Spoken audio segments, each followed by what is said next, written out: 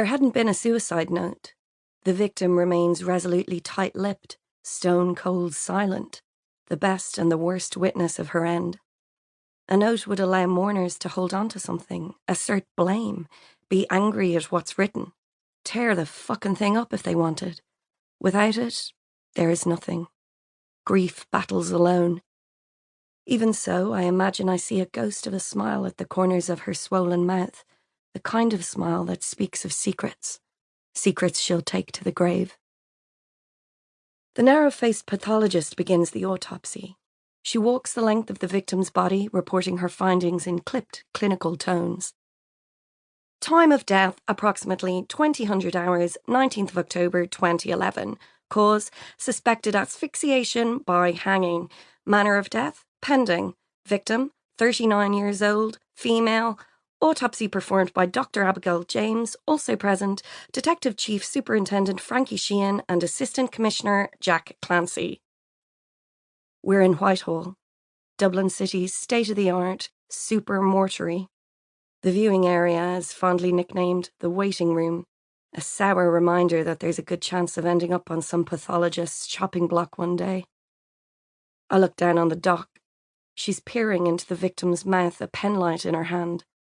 She's another unfamiliar face, the doc, another adjustment. Although change is fair game when you've been away for months, it makes me feel cheated. She's new. Jack Clancy stays focused on the victim below. He sticks his hands in his pockets, rocks on his heels. Still as sharp as ever, I see.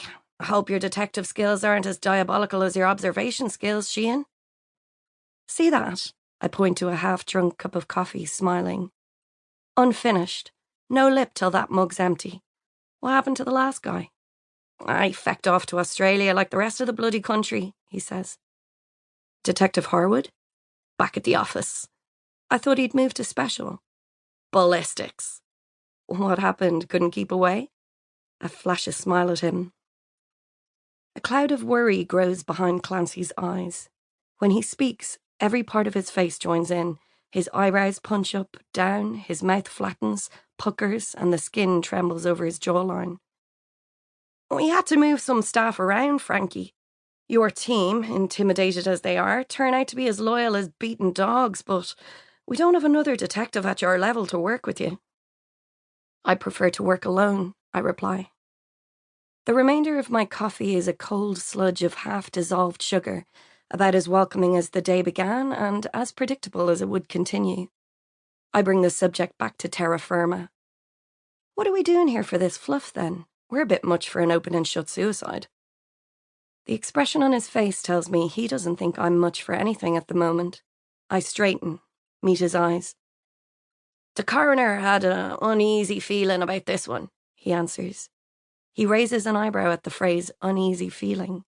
The commissioner's twitchy. Twitchy? He doesn't answer. About me? Silence. There's a tang of bile at the back of my tongue. Fuck him. I glance sideways at him, hoping to see some agreement in his face, but his mouth remains a hard line, his eyes forward. After a while, he speaks. What are you thinking, then? Of the victim? He sighs. The suspect. Now that's a philosophical question, a tight grin. You obviously don't think this is simply a plain old I'm checking out of this shithole by myself job. His shoulders shift beneath his jacket. There is always that. I turn. The doc, Abigail, is narrating the woman's story. The cranium is intact, no sign of fracture. There is a right lateral shift of the occiput on C1, which is compatible with significant upper cervical spine displacement from hanging. Lateral C-spine radiological examination shows bilateral pars interarticularis fracture, or hangman's fracture, which suggests a sudden drop of the body onto the rope. Seems to be the death of choice these days, Clancy says from over my shoulder. I'm aware that at some point during Abigail's post-mortem, my hand has moved to my neck. Mouth tight, dry, my breath still and small in my chest. I swallow and the walls of my throat stick together. You know, it's still an unusual choice for a woman, more of a man's death. Clancy is tense. I can feel it rippling from him in waves. I cough, try to sound like I've got my game face on.